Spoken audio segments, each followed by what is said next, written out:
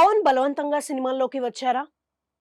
2 తెలుగు రాష్ట్రాలలో power star Pawan Kalyan కు ఎలాంటి ఫ్యాన్ బేస్ ఉందో అందరికీ తెలిసిందే. మెగాస్టార్ చిరంజీవి తమ్ముడుగా ఇండస్ట్రీలోకి ఎంట్రీ ఇచ్చిన తనకంటూ ప్రత్యేక గుర్తింపును తెచ్చుకున్నాడు పవన్. టాలీవుడ్ లోని మిగిలిన హీరోలతో పోలిస్తే ఈయన స్టైలే వేరు. అందుకే తెలుగు సినీ ఇండస్ట్రీలో పవన్ కు ఉన్న అభిమానులు మరే హీరోకి లేరని చాలా మంది అంటుంటారు. అయితే 10 ఏళ్ల క్రితం 2014లో జనసేన పార్టీని స్థాపించారు పవన్ కళ్యాణ్. అటు రాజకీయాల్లోనూ ఉంటూనే ఇటు సినిమాల్లోకి నటిస్తున్నారు.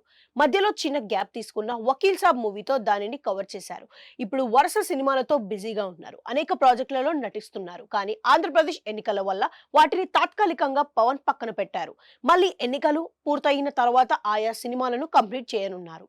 ఇక 2024 ఎన్నికలలో పిఠాపురం నుంచి బరిలోకి దిగిన పవన్ ఈసారి ఎలా అయినా చట్టసభలో అడుగు పెట్టాలని పట్టుదలతో ఉన్నారు. అందుకు గాను పెద్ద ఎత్తున ప్రచారం చేస్తున్నారు. ఇలాంటి సమయంలో ఇప్పుడు సోషల్ మీడియాలో ఒక విషయంపై జోరుగా చర్చ జరుగుతుంది.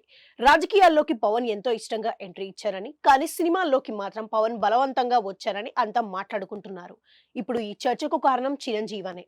ఏపీలో అసెంబ్లీ పోలింగ్ దగ్గర పడుతున్న వేళ మెగాస్టార్ సోషల్ మీడియాలో ఓ వీడియోని పోస్ట్ చేశారు. తనకంటే జనం గురించి ఎక్కువగా ఆలోచించే మనస్తత్వం పవన్ది అని చిరు తెలిపారు.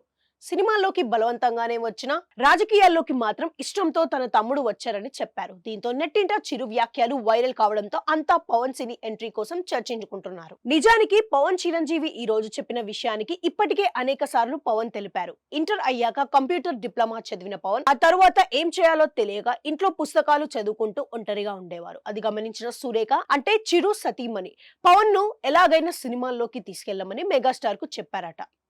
అదే సమయంలో పవన్ కు కూడా ఆమెను బలవంతంగా ఒప్పించారని వివిధ సందర్భాల్లో పవన్ వెల్లడించారు. ఇప్పుడు చిరు కామెంట్స్ తో ఈ విషయం మళ్ళీ చర్చనీయాంశంగా మారింది.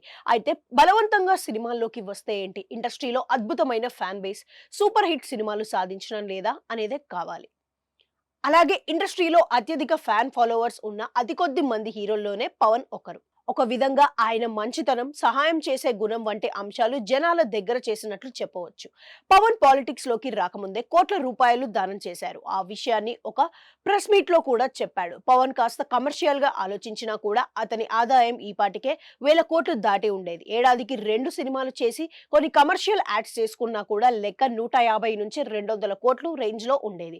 కానీ పవన్ ను సినిమా రంగం ఎంత కావాలని అనుకున్నా అతని ఫోకస్ మాత్రం పాలిటిక్స్ వైపు వెళ్ళింది. ఏదేమైనా పవన్ అసెంబ్లీలోకి అడుగు పెడితే మాత్రం ఆ వైబ్ మామూలుగా ఉండదని చెప్పవచ్చు.